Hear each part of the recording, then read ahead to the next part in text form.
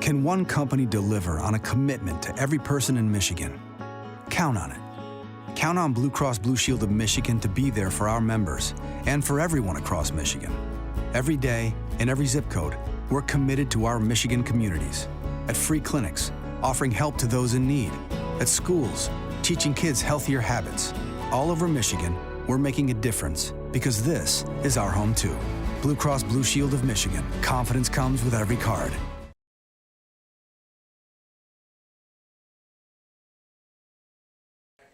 Hello, everybody, and welcome back to another episode of Weekly with Wheatley. I'm your host, Brady Beedon, joined by head ball coach of your Wayne State Warriors, Tyrone Wheatley. Coach, we've got a lot to check up on, a lot of miles since we've last talked. A trip to Missouri, an equally as long trip, and we didn't leave the state of Michigan. Let's just start with that. A lot of time spent on a bus. I'm sure you're very happy to get back home to the friendly confines of Tom Adams. Like they say, there's no place like home. Absolutely. I mean, those are no short trips. I think you guys got back from the Missouri trip about 4 a.m. Tech was somewhere between 2 and 3. So really nice to sleep in your home bed. But a lot of coaches, I'm sure you know this, and players will say those road trips are when teams start to come together and bond maybe more on a personal level. What was it about these trips? Did you see that where guys were starting to come together? And it's just you guys on the road and the Warrior faithful that join you, but it's really those 60, 70 guys that get on the bus. Well, yeah, when you're on the bus for that extended period of time, you have a chance to talk about some things. A lot of guys start discussing game plan, what they need to do to win, right? And then more so after the loss, that's when the reflection really starts to happen. You start replaying in your mind, and then all of a sudden the film pops up, right? And then they start watching the film together and they start talking, and which led to a spirited practice, coming the next day. So, but those trips are, they're valuable. They are valuable. And you do bond because you have really no one but yourself to really think and reflect upon on your things. And then next, after that happens, then you start talking to your teammates. So the takeaways, at least I got the Truman State game and from the Tech game, is there are pockets of good that came out of those two games, just not consistency of it. There are moments in time where you go, okay, it's starting to come together a little bit. Let's start with the Truman game. You go up 10-0, you're feeling good about yourselves, and then to start to misfire a little bit, and it felt like something you had talked about before, the thing you have to work out of the kids is the here we go again mentality. For the Truman State game, talk about that, because I thought the start was very strong, especially offensively. Defense put them in a great spot, and then stalled out a little bit around halftime. Well, the objective was to get the ball, to take the ball, and to come out and play hard and play strong and to get them in a groove and get them going. Offensively, we came out, we went up, and then Truman came back and made some adjustments. We were ready for the adjustments, but our guys were kind of in that mode of, okay, what's going to happen instead of making it happen. And these are things we just got to continue to work out of our guys. And there's two reasons why this happened. A, we have a lot of guys back with not a lot of production, right? These are guys who played a little bit but not a lot of production, so they don't have any real experience to lean back on. But then at the same time, they're afraid to make a mistake, right? So you're dealing with those two deals. But at the end of the day, the defense did some great things. And just playing complementary football. The defense did some great things and gave us back the ball, and we just made some critical errors. The Tech game, it kind of felt like the opposite, where early on it was the defense really keeping you guys in the game. A couple turnovers for you guys, and they hold Tech to field goals attempts they miss, and just kind of got worn down as the game went on. Offense had one nice drive. Again, the pocket of good, but not the consistency of it. What did you take away from the Tech game? Because it kind of felt like at times the roles were a little bit reversed. Well, you have to go back to last year just a little bit in order to come to this year. Last year we were so hot and cold, and we really didn't put anything together. But this year we're putting things together. We're putting the drives together. Defense is stopping people. Like I say, now just the complementary has to happen in a more consistent basis. And so once you put those things together, guys get used to producing, guys get used to playing on a regular basis and making these mistakes, because just like you and I both know, a lot of learning comes from the mistakes. Is it as simple as, to use a basketball analogy, they just need to see one go in? You're a shooter and you can't find the mark, and you finally get one to go through, and it feels like, oh, okay, finally you get that monkey off the back because, I mean, they know what's going on, so they get that monkey off the back, and now they play a little more relaxed. Is it as simple as you just need to find a way to get a win and then the dam will break and it'll click for everyone? It's not so much about the wins. It's really not. And we talked about it a little bit. It's more about the process, right? It's about what it takes to get the wins. And that's playing consistent football with technique. You continue to play with great technique and not let the man across from you beat you technically, we'll be okay. Like, I can understand you getting beat technically and physically, but getting beat mentally is a true sin, right? That's a no-no. But sometimes when we get beat, off a mistake, it's not so much as what the other team did to us, it's what we did to ourselves. And the guys get caught thinking. Once you get caught thinking, it's over with. So once we get our guys into the point of not trying to make a play, but just understanding doing your job is the play, we'll be okay. And we have so many guys that want to win, but they have to learn how. And so that's when you talk about you get that win, right? But you have to understand how to get it. And you're doing your job and just playing simple ball, and it'll get there. One thing I want to touch on a little bit is one of the newer rule changes in college football is, especially in D2, you can play some true freshmen a bit. You can get their feet wet, but then it comes decision time. It's not at the beginning of the year in camp. It's after a few games. Hey, do we want to burn their red shirt and let them play, or do we want to, okay, hey, they might have helped out. They might have been a special teams guy, might have been a backup, but we want that year a few years down the line. How do you go about that decision-making process? Because I know there were a few guys on the roster that maybe made earlier trips that weren't going up to Tech or you might not see in the Ferris State game. Well, it's just like you said. And once again, you have to think about the bigger picture, right? When I took this job, I knew it was going to be a process. It wasn't going to be a turnaround, a quick turnaround. And you don't want to make huge mistakes because then you're buried, under mistake after mistake after mistake. So you make incremental process moves, right? So now if something happens, you know exactly where you went wrong and you can correct it.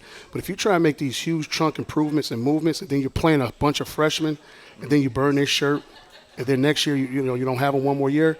So this is a huge move for the future of the program, but you're building it now. And so you look at guys and say, is he ready to play? Is he that much of a difference maker right now than the guy that's playing in front of him? No, he's not. But will he be? Yes, he will. So you kind of put him on the side. You give him his 3 games. You give him the game experience. Give him a taste of it. And then you put him away and let him get ready for next year. Having been in the player's shoes and understanding, hey, they get a little taste of it. Once you get that taste, you want to be out there every single snap of every game. How do you have that conversation with a player who you say, listen, we know you're pretty good. You could help us a small bit, but we want you to help us a big bit down the line. What's that conversation like with a young man who's just itching and ready to help you guys win football games? So we just talked about it. And the reason why I'm laughing is because I had a conversation with plenty of them, right? And I kind of use an example of myself. As a true freshman, we're playing Notre Dame. And Chris Zordich, I had to step up and try and block Chris Zordich. I hit him with everything I had. And it was like me running into a telephone pole, and I just slid down the telephone pole, and he kept running. And I just remember saying, like, God, that's a grown man. Yeah. And so when I talk to some of the freshmen, and we kind of have these same empathy thoughts, right? Like, okay, think about you hitting that guy with all you had, and he didn't budge. But you gave him everything you had. And then you know what they say? They finish it for me. Coach, next year, I'm going to get in the weight room. I'm going to be bigger. I'm going to be stronger. And I'm going to see that guy next year. So, they already understand the process because they know right now, yeah, you hit them with everything you had. You gave them your best move, and it didn't work. But then right away they click, and it clicks in their head like, okay, I know I'm not ready now, Coach. But next year, I'm going to hit the weight room. I'm going to get the guys in off-season training. I'm going to, and then they start talking about what they're going to do to get this process started. I do have to ask as we wrap up this first segment, they were equally long trips. Which one did you enjoy more? Because Kirksville, Missouri is not more than a blip on the radar. Houghton isn't much more, but at least, hey, Houghton's kind of pretty. It's beautiful up there. It's just on the edge of the earth. Which one did you enjoy more for that road trip? That's a hard one. But, yes, the trip up north in the state, it was absolutely amazing, right? The start of fall, the colors, the late, changing of the leaves, getting to see the lake, that was beautiful. But, these legs are a little old to be on that bus that long. Well, I mean, at least they're stacked up back to back, so you're pretty much done with those long road trips. I mean, you have to go to the west side a couple times, but that's going to feel like a just around the corner compared to what you've just done. Yes, short trip, but at the same time, we went up north early. Yes. Because I understand with maybe a couple of weeks later, it's not a great trip. Yeah, once that north wind starts coming off the lake in late October, you'd rather go up early than late. Yeah, it's kind of remember those days when I used to play, at Soldier Field or at Northwestern when that hawk is coming off that lake. So, no, I'm happy we went up there early. Don't worry, next year we'll get to do Marquette and Chicago back-to-back weeks. Not quite as far, but still a little bit of a trip. Coach, I appreciate it. We'll talk to you later on in the program. But real quick, I want to remind everyone that we're live here from Woodbridge Pub, and it's a very cozy spot in Midtown Detroit. Great vibes, even better food. Make sure you come on down to Woodbridge Pub. We're located in the heart of historic Woodbridge neighborhood, known for our delicious, locally sourced menu and craft cocktails. It's the perfect spot for a casual night out or weekend fun. Whether you're relaxing on the patio, enjoying live music, catching up with friends, maybe coming over after a Warrior football game, Woodbridge Pub is your go-to for a true Detroit experience. Stop by today and taste what makes Woodbridge Pub a local favorite. We'll talk with Coach Fogarty next here on Weekly with Wheatley. Back here on Weekly with Wheatley, joined by tight ends coach here at Wayne State, Pat Fogarty. And Coach, first of all, thanks for taking some time coming over and talking with me and sharing your experience now in year 2 here in Detroit. Yeah, appreciate you having me on, Brady. Glad to be here. So I have to ask you the same questions because I know a lot of the staff not familiar with a lot of these trips. How did you handle going to Kirksville and going to Houghton back-to-back weeks? Yeah, I mean, it was a 2 long trips. I mean, they were 9+ hour bus trips, so got home real late. So definitely glad to be back at home this week. So we're excited about that. All right, so as a tight ends coach, that's probably the most specialized positions coach, or I guess the most tight-knit because, hey, you're an O-line coach. You might have 20-some guys you're coaching up at any one time. You're a linebackers coach. You're going to have about a dozen guys you're coaching up.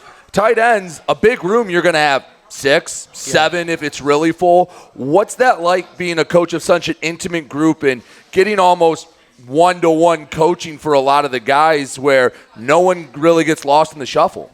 Yeah, I think it's been a really good experience for me. I played offensive line in college, so I have like an O-line background, so I'm kind of used to working with offensive linemen with the big groups. So now, having the smaller groups, I've really enjoyed it because it's more kind of specialized. You can really hone in on the little details of their technique, really be able to watch everybody while they're doing individual, the team periods. Offensive line with the team periods, you got to watch everybody. So at times you can miss them, but with the tight ends, their team periods, all that stuff, I can just watch them the whole time. So I like the smaller groups. It's been good for me as a coach, but I really enjoyed it. I feel like tight ends, there's such a wide variety. You get some guys that are blockers, and when they catch it, you're like, oh, wow, they got a pass thrown to them. And then on the other end, you get the guys that are just, or some would say really big wide receivers that will block when they need to, but they're more receiving threats. What's the ideal tight end for you in a Wayne State offense that you guys are looking for, that you want to turn these young men into to be successful on that field? Yeah, so, we'll get in a lot of, we'll get 11 personnel sets, 12 personnel sets.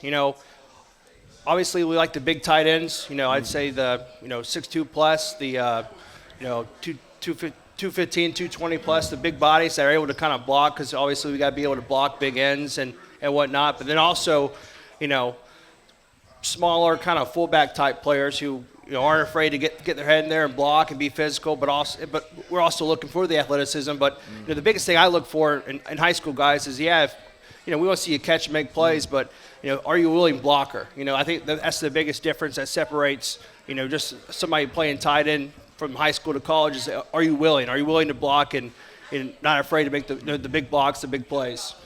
So let's give a little love to some of those guys you have in the room now. We mentioned not a lot of them, so you can give them all some shine right now. We're going to talk to one later on in Rayba, who always seems like he plays with his hair on fire a little bit. You love to see that out there, but talk about him and all the other guys in that tight end room. Yeah, so I'm very lucky. I think all the guys in my room give great effort and have great attitude. I got to continue to coach on the technique and whatnot. Rayba, this is my second year with Rayba. I really enjoyed coaching John. like you kind of mentioned, kind of players like his hair on fire, kind of like the wild dog, going, high effort guy, really good with his technique. But at times you got to tell him that, hey, under control. So I always tell him before every game, hey, it's a controlled rage. And, really glad to have him, on this squad. Nick Ostis is someone who's really come along. He played offensive line before he transitioned to tight end, and he's done a great job of developing his body. So I'm really excited to continue to work with him. Jeremiah Drake has come in as a transfer. He's done a good job this fall, so I'm excited to work with him and continue to coach him up. He's done a great job this season. I'm still, really excited about him. The Joe Bid Scooter, from Tecumseh High School. Yeah, I just want to make sure I said that right. You're learning the lingo. There we go. But now, enjoy coaching Job. He's come a long way, so just continue to coach him up. And then Gabe Mendoza, he's Coach Mendoza's son. I really enjoy coaching Gabe. Gabe's one of the smartest guys I've ever been around. He's always very, very quirky, got some good jokes, so I always enjoy coaching Gabe. And then Tommy Guajardo, I work with Tommy at Bowling Green and then now here at Wayne State. Tommy's quite the comedian too. He's always got some jokes too. But no, I enjoy working with Tommy. He's come a long way too in his development. So you mentioned real quick you were at Bowling Green. I know we talked last year, but for maybe some of the newer Warrior fans, just a real quick brief backstory of how you ended up here at Wayne State. Yeah, so I was an offensive line GA at Bowling Green, so we're the offensive line. I graduated, so I was looking for an opportunity for my next job. So Coach Wheatley was a Michigan guy. A lot of those guys on staff played at Michigan or had connections with Michigan. So, there's a connection there. And then obviously with Coach DeMasi, from being from Savannah, there's also a connection there. So I saw Coach DeMasi at the convention and in January, and he just said, hey, I have some opportunities, let you know. And then got linked up with him and then had an opportunity to talk with Coach Wheatley and just, from there, ended up in Detroit. So I know you dealt with it a little bit with Bowling Green, but now that you've been through, a Detroit winter, and because I know it was about this time last year, some of the Savannah boys that came up were like, it's starting to get cold. Meanwhile, everyone that's from here is still in their shorts, their T-shirts. They're coming in jackets. How's it been? Because like we talked with Coach Wheatley, once that wind turns and it's blowing off the water, it can get pretty darn frigid. Yeah. So like the other guys on the offensive side, all Georgia guys like you mentioned, I lucked out a little bit kind of being in the Midwest for 2 years, so I was kind of a little used to it. I don't think you ever get used to it. But no. But yeah, it's some cold mornings. Today was a little cold at practice, and I know Coach Burr and I were and Coach Moose, we're all wearing shorts, and Coach DeMasi's like, I can't believe you guys are wearing shorts right now. I'm like, this really ain't nothing right now. Give it about another month or two. So, but no, it's definitely going to get cold here soon, and then driving to practice here is going to get pretty hectic. So you guys in your second year, we heard Coach Wheatley talking about it's the macro, not the micro, looking at the long term. Where have you seen the biggest strides to where, you look at some of the results and maybe they're not going the way you wanted to, but you look at maybe where you were a year ago today or even before the Tiffin game, where has this team made the biggest strides? Where have you noticed when you look back, you go, yeah, we're in the thick of it right now, but look at where we were at that point? Yeah, good question. I think with our guys, one thing is that we're always going to play hard. I think that's something we've noticed with the team. It's like the effort and all the guys are going to play hard and get after. I think we've made big strides, and just that, like knowing that, hey, we're going to come in every game. We're going to play extremely hard. From an offensive standpoint, I think the technique and all the little things is getting better, but that's something we as coaches have to continue to harp on. Just the little details. That we got to continue to tune in, I should say, and fix the little details of the technique and just really kind of get all that figured out. But I think we've definitely come a long way from a culture aspect. I think we've got a really good buy-in, and we got to continue to get guys bought in. And we're looking for guys in terms of recruiting that come in and help this culture also. But I think from a culture standpoint also, we're definitely have made strides compared to last year. Well, Coach, I appreciate it. Again, thanks for your time, and good luck Saturday when the Bulldogs come to town. Awesome. Thank you, Brady. He's Coach Fogarty. I'm Brady Beedon. We'll have more with Weekly with Wheatley right after this. Thank you. Back here on Weekly with Wheatley, and now we bring on a member of the football team, the tight end John Rayba. John, thanks for joining us. Appreciate it. And, I'm excited to get down and talk with you a little bit because it's been fun watching you out on the field. Thank you. Thank you guys for having me very much. Yeah, it's been an interesting season so far, a lot to learn from, and excited to go into it. So I talked a little bit about it with your coach. Is you are one of the guys that very noticeably plays with that fire, and from a coach's perspective, I know almost every coach would rather have to reel a guy in than try and get him going. So from your perspective, what's it like? Because you seem like you want to be the spark plug out there, that you're the one that's trying to ignite everything and trying to lift the guys' chins up and be one of the leaders out on the field. Me and Coach Wheatley used to talk all the time about, he was like, I got a dog with Rayba, but sometimes I got to keep him on the leash. It's awesome to be out there with all the different guys, and especially to see what you can do when everybody comes together using their technique, what that outcome comes to, because, we're not outcome oriented, but the process to get there will handle itself. So anything that I can do to bring the guys up around me or, depend on, be accountable for anybody that's in the room or on the team as well with me, that's important. I think there's a lot of ebbs and flows in football, and it's important to have everybody on the same page in that high mindset, happy to be out there on the field just producing. I know sometimes holding teammates accountable, holding your friends accountable can be awkward, but the best teams I've played on, and I'm sure the best teams you've been on, you've been able to look at one of your friends, one of your buddies, and kind of give them a smack and say, listen, you need to get this right. We need to figure it out. And, you might be heated for a bit, but you take the helmet off and you realize you're all just working towards the same goal. Have you felt you've been able to do that, and other guys in the locker room have been able to hold each other accountable as you all try to pull in one direction? I think we're learning, and I think we're getting better. I wouldn't say we're automatically there yet, but I think we're striving for great things. We're really right now trying to build a great foundation on these principles of accountability, dependability, and availability. We really want to make a pivot in this entire system and where we're at right now, and especially for all these young guys, especially as a younger team, lay this base. It's a process. You got to come in here day in and day out focused on one goal, and that's the goal of the team. No one's bigger than that. So I wouldn't say we're fully all the way there yet, but we're definitely learning and making strides day by day. Especially for the younger guys that don't really know any different or know any better, when they come in, are you finding they're buying in and you're getting that consistent messaging there, and that you are seeing the foundation be laid brick by brick? Hey, you might not have a full mansion right now, but you're starting to put that foundation, like you said, down? 100%. 100%. We got a bunch of different guys who are still figuring it out. They're still getting in the water with this whole college football, making that transition between high school and here, and from different programs to here. It's hard to adjust when you're brought into new systems with a bunch of new people and a bunch of new things happening going around you, especially in a city like Detroit. Once we hone in and we get everybody, really focused on that same page between all the little things and all the big things, every single technique will be effective and will be essential and will be a hard team to beat. How do you keep the heads up? We talked about it with Coach Wheatley, the here we go again mentality, because that can be a tough thing to break. And from a player's perspective, what is it that, a way you can try to turn the tides on that? Is it just find a way to make a couple extra plays so the belief gets there? Is it, be a little more, to the point with guys like, hey, we're good, keep the chin up, be a little more direct with that? From a player's perspective, how do you try to keep the tides from turning too quickly, and when things do go poorly, get the train back on the tracks?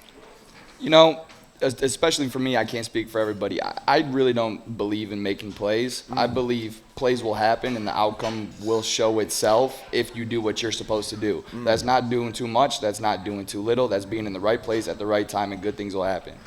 Firm believer in you create your own luck. If you're in the right place at the right time and you're prepared for the situation, then you're going to get the desired outcome that you want in that situation. So, we got a bunch of different guys, man, where sometimes we'll get in our heads about trying to do too much at one time. I had a problem with that myself last year. But, it's important to stay focused on that path, and that good things will conspire from the team if we just stay on that process-driven mentality. Because it can be, when you're searching for a win, when you really want something, yeah, you can think about it a lot. Like, man, we got to get this. Oh, we have a chance. And you think about it too much. And I think sometimes you just have to let that go. And like you said, just go play football. And when you stop thinking and you're just playing, that's when you play your best. Mm-hmm. Well, it's the greatest game on earth for a reason. You have to depend on everybody, and not every single day is guaranteed to you. There's plenty of different things, whether it's injury, whether it's losing your job, whether it's a change in everything that's going on around you personally. Anything can be taken away at any moment. So it's you can't hang your head on something. You get a 24-hour rule. Once that 24 hours is over, you got to snap out of it, and now it's right on to the next week. So I want to end with talking about you more personally. As a student athlete, what drew you to Wayne State? What are you studying here? And where do you want to go once you hang up the cleats? So right now I am in my senior year, getting ready to graduate with 2 majors, one in finance and one in business management. Spent a lot of time networking, focusing on myself and focusing on football. And, I really love this sport.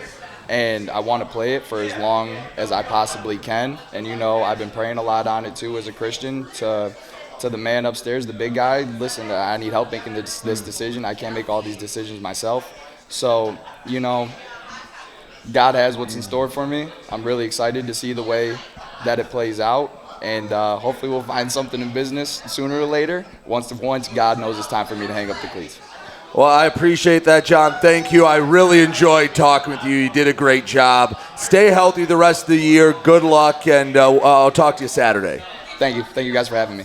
He's John Rayba, and before we bring Coach Wheatley back on, I want to remind everyone that the Championship Classic, the inaugural Wayne State University Championship Classic, was such a success this past July that we're bringing it back. The second annual Champions Classic will be held on Monday, July 28th in 2025 at TPC Michigan in Dearborn. Again, that date is Monday, July 28th in 2025 for the second annual WSU Athletics Champions Classic. We'll bring Coach Wheatley back on when we return here with Weekly with Wheatley. Now head coach Tyrone Wheatley back with us as we look ahead and preview the week coming up and Ferris State. But before we get to Ferris State, I want to ask you a more general question. The season hasn't had maybe some of the results you wanted, and for fans out there that are looking for some positives, something to glom onto, something to say, hey, we have this is what we're working forward to. What would you say to them that, hey, if you look at this, you're going to see a lot of good things with Wayne State football? Well, just first of all, like I said in the beginning, when I took this job, I knew it was going to be a process. You look at the overall history of the program. It's at a 42% win history in its history of college football. So you have to understand there's going to be 3 and 4 average wins a year. And you have to look at what happened and basically the culture, right? You'll put maybe 2 or 3 years, maybe 4 years together of 500 wins or more, and then after that it goes back to 0 or 1 or 2 wins a year. So you have to build the culture. You have to figure out what it is, and that's building the culture. And what that culture is different for everybody else, but here's what the culture is here. The culture of accountability. And that's where the guys are growing right now.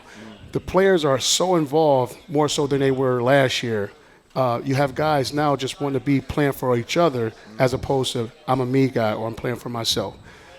What you want to see in the positive is what we talked about in production. We're producing a little bit more than we did last year. Not at the rate of what you want, but as you call it, it's the slow trickle. Last year, it wasn't a trickle. It was a on, off, but there's a constant trickle, right?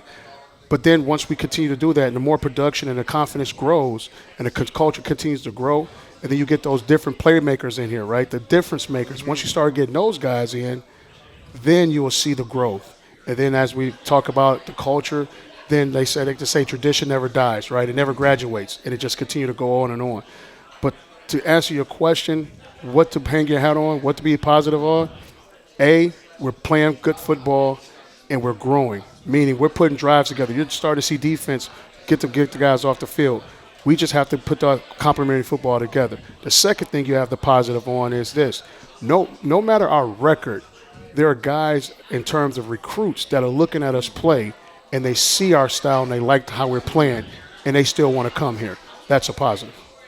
When you have guys like a Rayba and some other guys on the sideline that you can tell are echoing the sentiments. That's what I like when I talk to these players, and the same things you're telling me, the same things your assistants are telling me, they're repeating back to me. And that's the sign of a program that's doing well, is from the top guy to the last guy on the roster. If they can echo it back, that's when it's going well.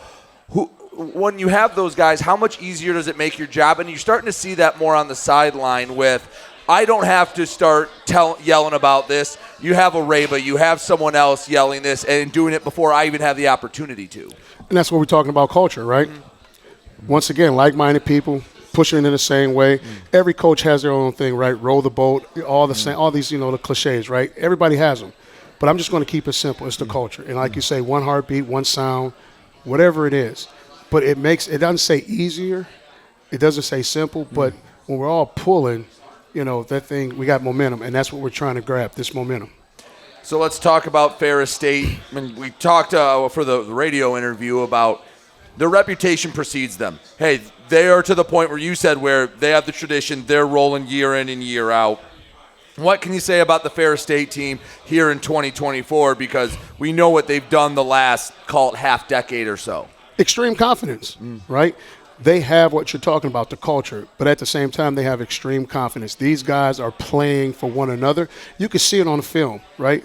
Somebody doesn't do something, you can see a guy check a guy and get him right, and they're right back in the shape, right? They are a team that's playing with extreme confidence, and they're highly motivated, and they have a culture. They have that thing set, and it's rolling.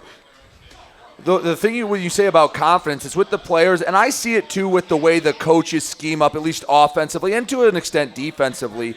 Not to say it's simple because it's not, but they will say, our athletes are better than your athletes. We're going to put them in spots to show they're better, and we're confident they're going to get it done. And I see that a lot with them offensively where, hey, they don't have to run very intricate stuff. They say, our guys are going to get it done. Here you go.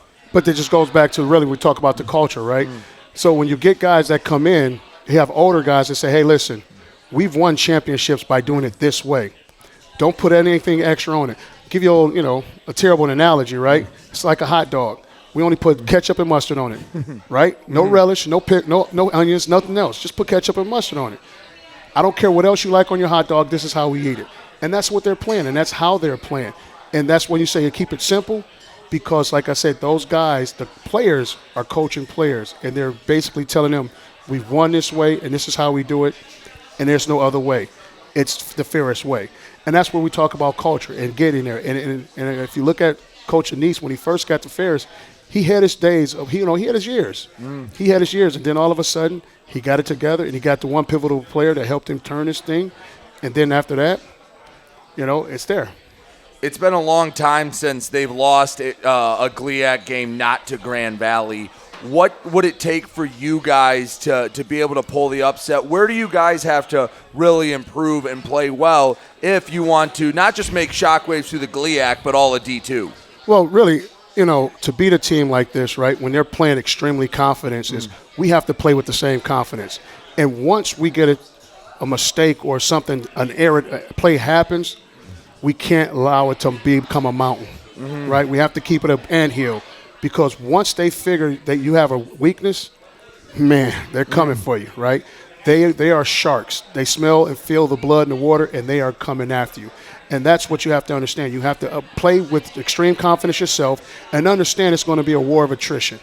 It's going to be one of those games where it's back and forth, back and forth, back and forth, back and forth. It can't be back and forth, and then all of a sudden they hit you, crack you, and then they smell the blood, and then they devour you, because that's what they have the capability of doing. Because against Truman and then maybe against Tech, to an extent, you could almost ease in a little bit, and that wouldn't be fatal. If it takes a drive to figure it out, you still had a chance. Feels like against a team like Ferris, one of the premier teams in the GLIAC, if you try to feel your way out, you're going to be down 14-0 before anyone's seat's warm. Yes, you're exactly right. And for my younger crowd out there, it's almost like the Thomas Hearns and Vander Holyfield fighting, right? You have to go through. Marvin Hagler. Yeah. The Thomas Hearn and the Marvin Hagler fight. The first 3 rounds were brutal. It was epic. And so that's how you have to come out and play these guys, because like you said, if you sit back and you wait, you'll never get out the blocks. So how do you try to coach that confidence into a team that's going to face one of the best in the country? How do you go from that underdog perspective? What's the message to the team in the locker room before this game? Well, the message is always the same. Every week, we don't worry about the opponent. We don't worry about the score. Once again, we're trying to build who we are, our process, and our confidence. So at the end of the day, we're going to come out and we're going to fight and we're going to go, right? But you do also have to tell them they're capable of putting 84 points on people. And they're also capable of shutting you out defensively. So play our brand of football and go after them. Coach, I appreciate it. Any final things you want to mention, or are you just ready to get on the field on Saturday? Ready to get on the field on Saturday. Coach, I appreciate it. Thank you, and good luck against Ferris. Thank you very much. He's head coach Tyrone Wheatley. I'm Brady Beedon, and we'll talk to you in a little while because we're going back on the road after this. Thank you to Woodbridge Pub. Thank you to all you out there listening. You've been listening to another episode of Weekly with Wheatley.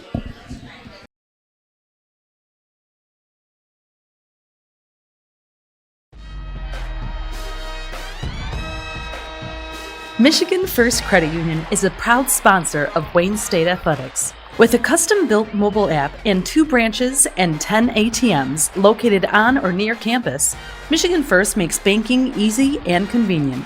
And we're proud to serve our communities all across Metro Detroit. Michigan First. Experience banking undefined. For details, visit MichiganFirst.com. Go Warriors!